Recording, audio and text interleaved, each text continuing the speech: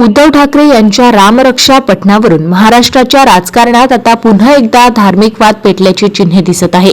नागपुरात उद्धव ठाकरे रामरक्षा पठण करणार आहेत, तर याला प्रत्युत्तर म्हणून अमरावतीत भाजप आता अधिक आक्रमक झाली आहे। भाजप आमदार प्रवीण पोटे पाटील यांच्या नेतृत्वात भाजपने थेट शक्ती प्रदर्शन केलं आहे। भाजपने केवळ निषेधच व्यक्त केला नाही, तर उद्धव ठाकरेंना श्रीरामाकडून समृद्धी मिळावी यासाठी साकडे घालण्याचे आवाहनही करण्यात आले आहे। या ठिकाणी हनुमान चालीसा आणि सुंदरकांड गात उद्धव ठाकरेंना आवाहन देण्यात आले आहे। रामरक्षा पुस्तकात पाहून तरी नीट वाचता येईल का? उद्धव को सन्मती सद्बुद्धी दे भगवान। श्रीरामाचे अस्तित्व नाकारणाऱ्या, हिंदुत्व सोडणाऱ्या शिवसैनिका प्रमुखांचा विचार सोडणाऱ्या उद्धवजींना समृद्धी दे रे देवा, जो नहीं राम का वो नहीं काम का, असं बॅनरवर उल्लेख करण्यात आला आहे।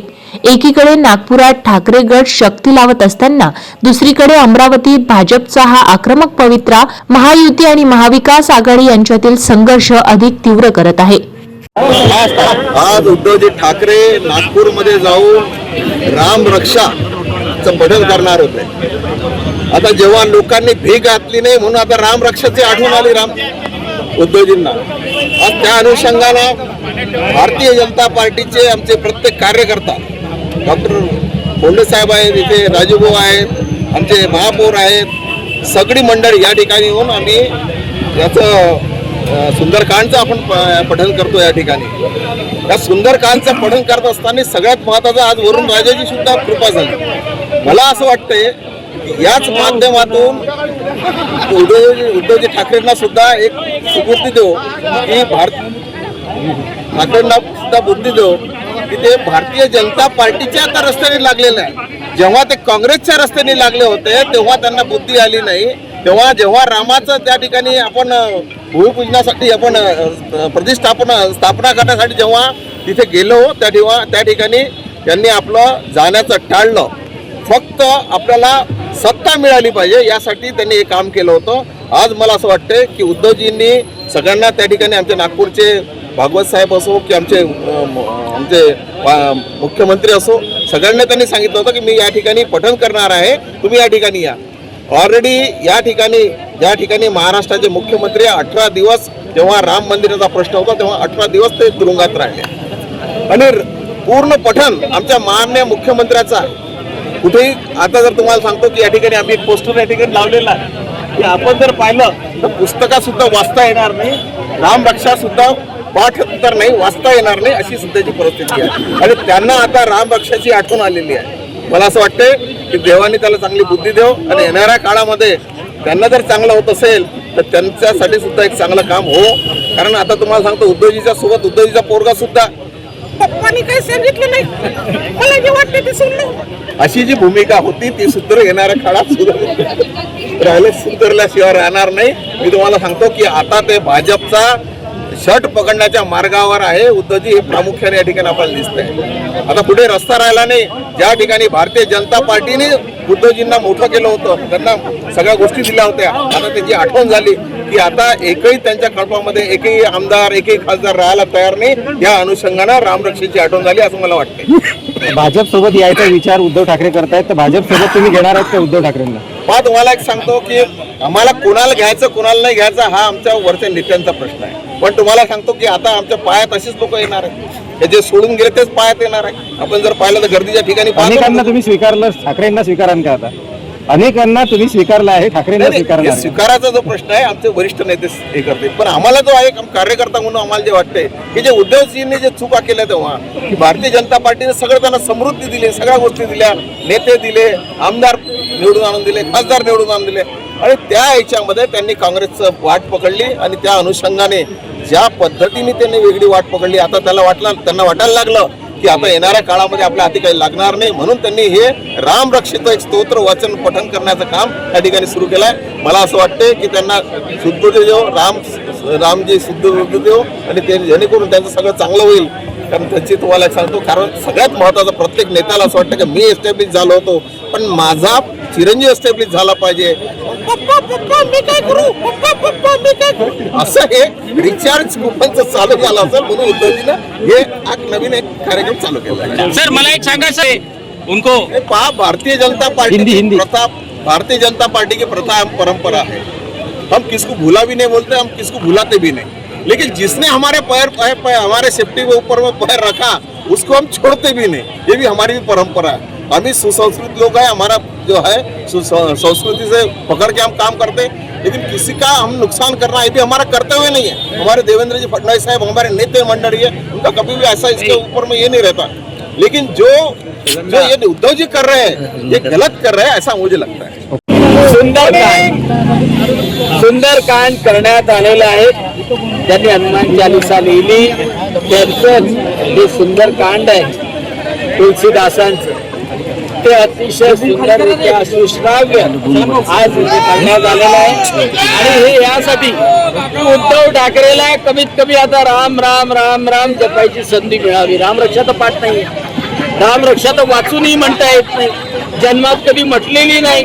प्रभू श्रीरामचंद्राची स्थापना झाली तेव्हा ते गेले नाही।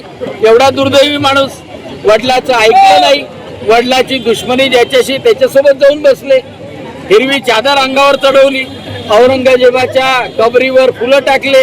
आणि म्हणून हे पाप हे गुन्हे हिंदू माफ करणार नाही, प्रभू श्रीरामचंद्रही माफ करणार नाही। आणि म्हणून भारतीय जनता पक्षाने आमचे आमदार प्रवीणभाऊ पोटे पाटील, राजेशभाऊ वानकडे, महापौर प्रवक्ते शिवराय भाऊ या सगळ्यांनी आम्ही ठरवलं की प्रभू श्रीरामचंद्राजवळ सुंदरकांड करून उद्धव ठाकरेंना राम राम राम राम जपण्याची संधी द्यावी, त्यांना सद्बुद्धी मिळावी म्हणून आजचं सुंदरकांड। आज फडणवीसांना देखील निमंत्रण दिलेलं आहे या पठाणाचं। अरे ते तर आता सगळ्यांना निमंत्रण देतात, पण शीर खुर्मा आणि बकरी ईदचं निमंत्रण पहिले स्वीकारतात आणि त्याच्यासाठी आता हे कोरडं निमंत्रण देऊ फडणवीसांनाही दिलं, बाकीच्या लोकांनाही साधू संतांनाही दिलं, पण लोक नाही जात ना। लोक कसे बसणार आहे? सत्तेसाठी 2019 साठी हिंदूंना जे मतं दिले ते सोडून तुम्ही काँग्रेसच्या जवळ मांडीला मांडी लावून बसले। आणि ते काँग्रेसनं जसं जसं बोललं, औरंगजेबाची जे कबर होती त्या कबरीचं उदात्तीकरण करायला तुम्ही गेले। आणि त्याच्यामुळं हे जे पाप आहे हे कसं विसरणार आहे हिंदू लोक? आणि त्याच्यामुळं राम राम करत बसा, घरी बसले तरी चालते। ओके सर, उद्धव ठाकरे और शिवसेना का कहना है राम राम जपना और पराया माल अपना, ऐसा कह रही है भाजपा। हाँ, ते प्रत्येक वेळेला असं कधी म्हणत नाही की हिंदी ऐसा कभी बोलते नहीं कि नमाज में अब मैं नाम नहीं लेता, ऐसा बोलने के बाद में जो मौला मस्जिद में करता उसके बारे में बोल सकता है उद्धव ठाकरे? राम राम के बारे में बोल सकता है? अरे उद्धव जी, राम मंदिर में कुछ हुआ तो उसके बारे में सबको जवाबदार रखेंगे, लेकिन मस्जिद में, मदरसे में जो कांड होते हैं, जो स्कैम होता है, वहाँ का पैसा, हलाल का पैसा जो अतिरेकी यूज करते हैं, जो आतंकवाद फैलाते हैं, उसके बारे में कभी उद्धव ठाकरे ने मुंह खोला? हिम्मत नहीं होती, हिंदुओं को कुछ भी बोलने की हिम्मत होती, तो इसलिए तो माफ नहीं करेंगे, कोई हिंदू माफ नहीं करेगा।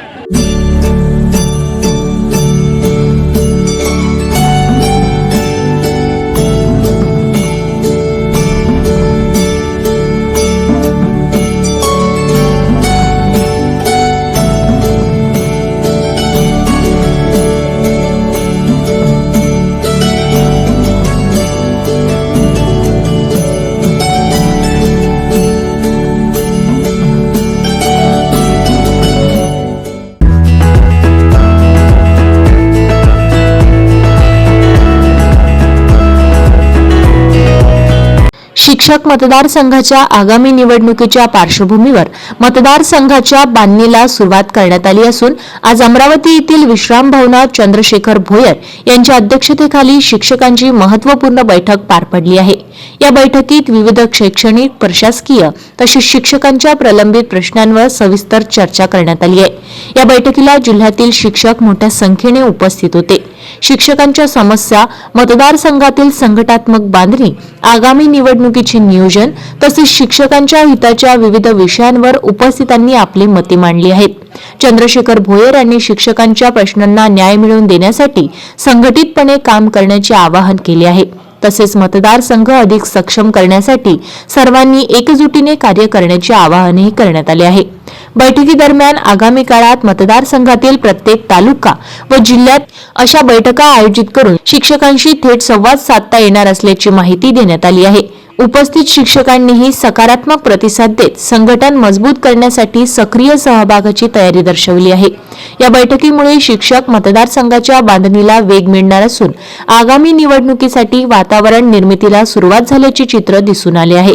या संदर्भात अधिक माहिती देताना चंद्रशेखर भोयर यांनी सांगितलंय, आज आमच्या शिक्षक महासंघाची जिल्ह्याची कोर कमिटीची बैठक होती. ती बैठक येणाऱ्या नोव्हेंबर महिन्यात शिक्षक मतदारसंघाची निवडणूक आहे. त्या निवडणुकीच्या अनुषंगाने नियोजनाच्या माध्यमातून ही बैठक आयोजित केली होती. मागील 6 वर्षात साडी आणि पैठणी आणि 2000 रुपयाच्या भरोशावर बोगस मतदान करून ते नोंदवून जे आमदार झाले किरण सरनाईक, हे 6 वर्षापर्यंत बेपत्ता होते. आता परत तोच धंदा यांनी सुरू केला. अजून परत पैठणी आणि 2000 रुपये पाठवून राहिले शाळेत. शिक्षक या प्रवृत्तीला यावेळेस भीक घालणार नाही. किरण सरनाईक यांची प्रवृत्ती शिक्षकांना समजली आहे. हा शिक्षकांना विकत घेण्याची भाषा करतो. अशा प्रवृत्तीला यावेळेस शिक्षकांनी ठेचण्याचा निर्णय घेतलेला आहे. त्यामुळे त्यांनी जे आमिष दाखवण्याचं जे काम सुरू केलं आहे ते बंद करावं आणि खऱ्या अर्थाने शिक्षकांसाठी, शिक्षक समाजाप्रती काम करावं.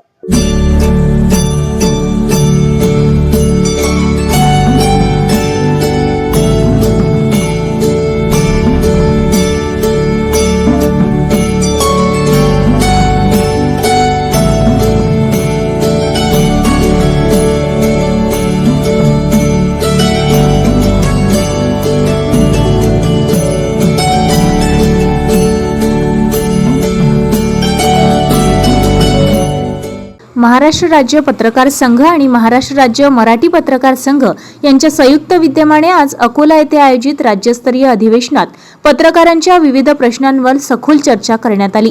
यावेळी पत्रकारांच्या हितासाठी 10 महत्त्वपूर्ण ठराव मांडण्यात आले असून ते सर्वानुमते मंजूर करण्यात आले आहे.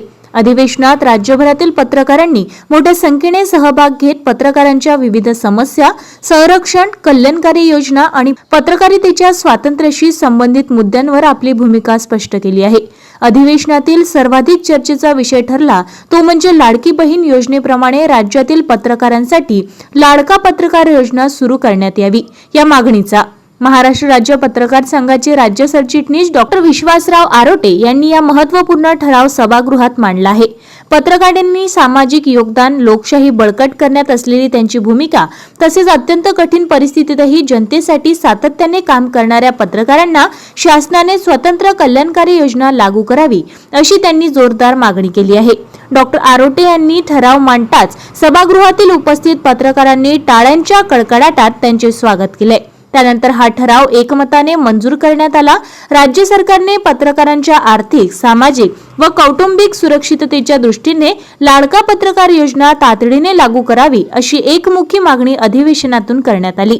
याशिवाय पत्रकार संरक्षण कायद्याची प्रभावी अंमलबजावणी, पत्रकारांसाठी आरोग्य विमा, अपघात विमा, निवृत्ती वेतन, घरकुल योजना, अधिस्वीकृती प्रक्रियेतील सुलभता, पत्रकार कल्याण निधी बळकट करणे, ग्रामीण पत्रकारांच्या समस्या सोडविणे आणि पत्रकारांवरील वाढते हल्ले रोखण्यासाठी कठोर उपाययोजना अशा विविध विषयावरील 10 महत्त्वपूर्ण ठराव सभागृहात मंजूर करण्यात आले आहे. राज्याच्या कानाकोपऱ्यातून आलेल्या पत्रकार प्रतिनिधींनी पत्रकारांच्या न्याय मागणीसाठी एकजुटीने लढा उभारण्याचा निर्धार व्यक्त केला आहे. अधिवेशनात मंजूर करण्यात आलेले सर्व ठराव राज्य शासनाकडे पाठविण्यात येणार असून त्यांची तातडीने अंमलबजावणी करण्याची मागणीही करण्यात आली आहे. या अधिवेशनामुळे पत्रकारांच्या विविध प्रलंबित प्रश्नांना नव्याने वाचा फुटली असून पत्रकारांचा सन्मान, सुरक्षा आणि कल्याणासाठी राज्य शासनाने सकारात्मक निर्णय घ्यावा अशी अपेक्षा उपस्थित पत्रकारांनी व्यक्त केली आहे. पत्रकार कल्याण मंडळ आणि वृत्तपत्र विक्रेता कल्याण मंडळाचे कार्यसंचालन तातडीने सुरू करावे. खरं तर ठराव क्रमांक 11 या बाबतीमध्ये दीक्षाभूमी ते मंत्रालय 28 जिल्हे आणि 238 तालुक्यातून आपण संवाद यात्रा काढली. अकोल्यात देखील ती संवाद यात्रा आली. त्यावेळेस आपण शासनाकडे मागणी केली आणि विधानसभा निवडणुकी अगोदर त्यावेळेस तत्कालीन मंत्री ते ठिकाणी आले आणि या दोन्ही महामंडळाची स्थापना झाली. यामध्ये देखील माझे ग्रामीण भागातील या संघटनेच्या पदाधिकाऱ्यांना देखील महामंडळ असेल, आदेश स्वीकृती समिती असेल, यावर देखील प्रत्येक विभागातील पदाधिकाऱ्याला त्याची त्या ठिकाणी वर्णी कशी लागेल यासाठी आपण प्रयत्न करू. ठराव सर्वांमध्ये मंजूर असेल तर हो म्हणावे, नाही असेल तर नाही म्हणावे. मंजूर. त्यानंतर वृत्तपत्र ठराव क्रमांक 12 वृत्तपत्र नोंदणी आणि दुरुस्तीसाठी प्रत्येक वेळी केंद्र शासनाकडून 1000 रुपयांची फी आकारली जात आहे. तसेच 500 रुपयाच्या बॉन्डवर शपथपत्र घेतले जात आहे. त्यात बदल करून पूर्वीप्रमाणे सर्व सेवा मोफत कराव्यात आणि वृत्तपत्र संदर्भातील शपथपत्र हे साध्या कागदावर घेण्यात यावे असा ठराव या अधिवेशनात मांडतोय. हो असेल तर हो म्हणावे, नाही असेल तर नाही म्हणावे. ठराव मंजूर. शेवटचा आणि अत्यंत महत्वाचा आणि या ठरावासाठी आपण मी शेवटपर्यंत लढणार, राज्यातील सर्वांना घेऊन लढणार. कारण माझी 20 ते 25 वर्षाची चळवळ लढत राहण्याची आहे. कारण ज्यावेळेस डोंगराला आग लागते त्यावेळेस एक चिमणी त्यामध्ये पाणी टाकत असते. ज्यावेळेस ऋषितुल्य त्या रस्त्याने जात असतात ते सांगतात तुझ्या चोचीने हा वनवास भिजणार नाही. पण मी नेमकी सांगतो की ती जेव्हा म्हणाली जेव्हा केव्हा त्या डोंगराचा इतिहास लिहिला जाईल त्यावेळेस माझी कुठेतरी नोंद राहील. म्हणून हा ठराव क्रमांक 13 मी या ठिकाणी घेतोय. लाडकी बहीण याप्रमाणे लाडका पत्रकार योजना सुरू करावी यासाठी राज्यभरामध्ये पुन्हा एकदा या राज्य सरकारला शेवटच्या टप्प्यात मिळणार पण लाडका पत्रकार योजना सुरू करा आणि काय निकष असेल ते कमीत कमी असावे. या ठिकाणी महाराष्ट्र राज्य पत्रकार संघ मुंबई, महाराष्ट्र राज्य मराठी पत्रकार संघ मुंबई यांच्या या ठिकाणी 28व्या राज्यस्तरीय अधिवेशनामध्ये ठराव मांडण्यात आले. आपण सर्वांनी या ठिकाणी या ठरावांना मंजुरी दिली. हे सर्व ठराव आपण पावसाळी अधिवेशनामध्ये नागपूर येथे पुन्हा एकदा सर्व मंत्री महोदयांकडे देऊ आणि यासाठी पाठपुरावा करूया. या ठिकाणी आयोजित केलेल्या ठरावांमध्ये सर्व राज्याचे मुख्यमंत्री या खात्याचे मंत्री आहेत, आपल्या खात्याचे मंत्री आहेत नक्कीच. आणि त्यानंतर सातत्याने पत्रकारांवर जिथे कुठे काही अन्याय होत असेल, अत्याचार होत असेल तर त्या अन्याय अत्याचाराच्या विरोधात जर कुठली संघटना रस्त्यावर उतरत असेल तर ती एकमेव संघटना म्हणजे महाराष्ट्र राज्य मराठी पत्रकार संघ आदरणीय आरोटे सरांच्या, सोबानी सरांच्या नेतृत्वात सातत्याने पत्रकारांच्या हक्कासाठी लढा देत आहे. मातोश्री सौ विमलाताई पाटील उभार शिक्षण संस्था परतवाडा अमरावती द्वारा संचालित डॉक्टर पंजाबराव देशमुख कृषी विद्यापीठ अकोला द्वारा मान्यता प्राप्त कृषी तंत्र विद्यालय भिलोणा तालुका अचलपूर जिल्हा अमरावती द्विवर्षीय कृषी तंत्र पदविका अभ्यासक्रम प्रवेश सूचना शैक्षणिक पात्रता 10वी उत्तीर्ण कालावधी 2 वर्षे कालावधीचा नियमित अभ्यासक्रम द्विवर्षीय कृषी तंत्र पदविका अभ्यासक्रम प्रवेश 60 प्रवेश अर्ज भरण्याकरिता वेबसाईट www.pdkv.ac.in प्रवेश अर्ज भरण्याची अंतिम तारीख 2 जून 2026 ते 1 जुलै 2026 पर्यंत. ऑनलाईन अर्ज भरण्याकरिता इच्छुक विद्यार्थ्यांनी सर्व मूळ प्रमाणपत्रासह विद्यालयाशी संपर्क साधावा. अधिक माहितीसाठी व मोफत मार्गदर्शनासाठी संपर्क करा. कृषी तंत्र विद्यालय भिलोणा तालुका अचलपूर जिल्हा अमरावती. प्राचार्य AS काळे. संपर्क 992155 9511. कृषी पर्यवेक्षक NB मोहोळ. संपर्क 976628 7305. लिपिक ND गोमाशे. संपर्क 915823 1105.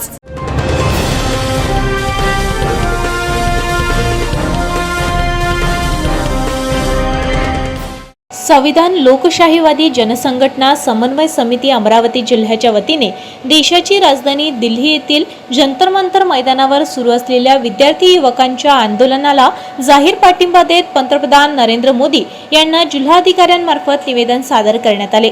निवेदनात म्हटले आहे की शिक्षण व रोजगार हा प्रत्येक विद्यार्थी व युवकाचा घटनात्मक अधिकार असूनही शिक्षण क्षेत्रातील वाढते खाजगीकरण, व्यापारीकरण, भ्रष्टाचार आणि अनागोंदी कारभारामुळे लाखो विद्यार्थ्यांचे शिक्षण व रोजगारापासून वंचित राहत आहे.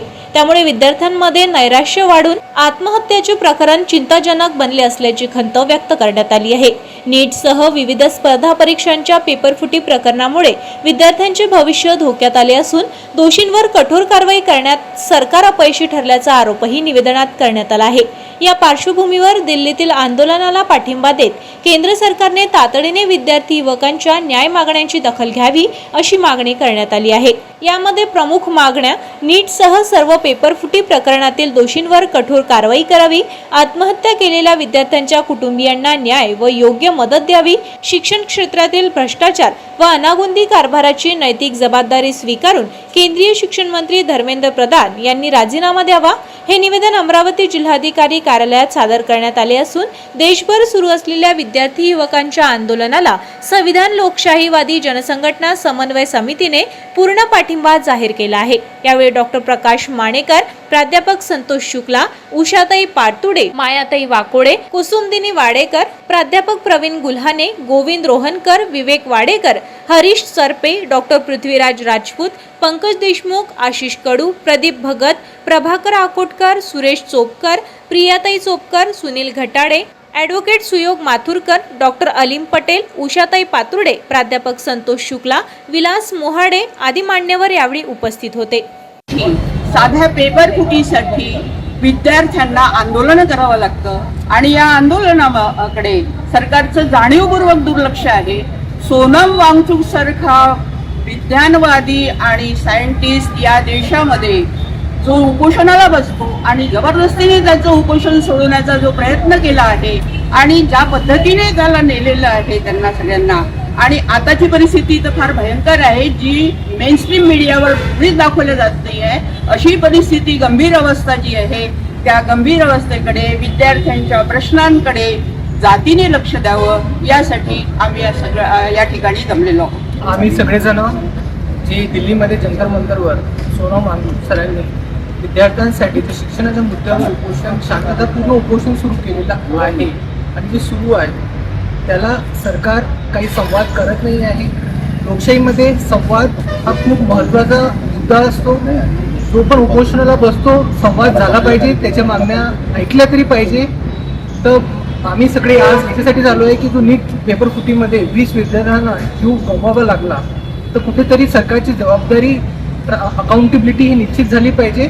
तर त्यासाठी सरकारने योग्य ते याच्यामध्ये सॉल्युशन काढून लवकरात लवकर विद्यार्थ्यांना त्यांना कसं न्याय देता येईल याच्यावर विचार करावा। कुठेतरी ते सुरू असलेले जे आंदोलन आहे ते पूर्ण भारतामध्ये त्याला रिस्पॉन्स मिळत आहे। सगळं यंग जनरेशन या आंदोलनाच्या पाठीमागे उभे आहेत आणि त्यांच्या ज्या मागण्या आहेत त्या जेन्युइन मागण्या आहेत।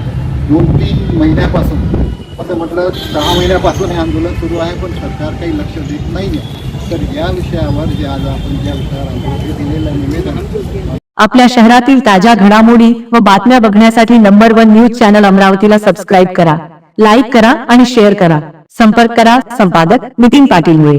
संपर्क क्रमांक 9921589663।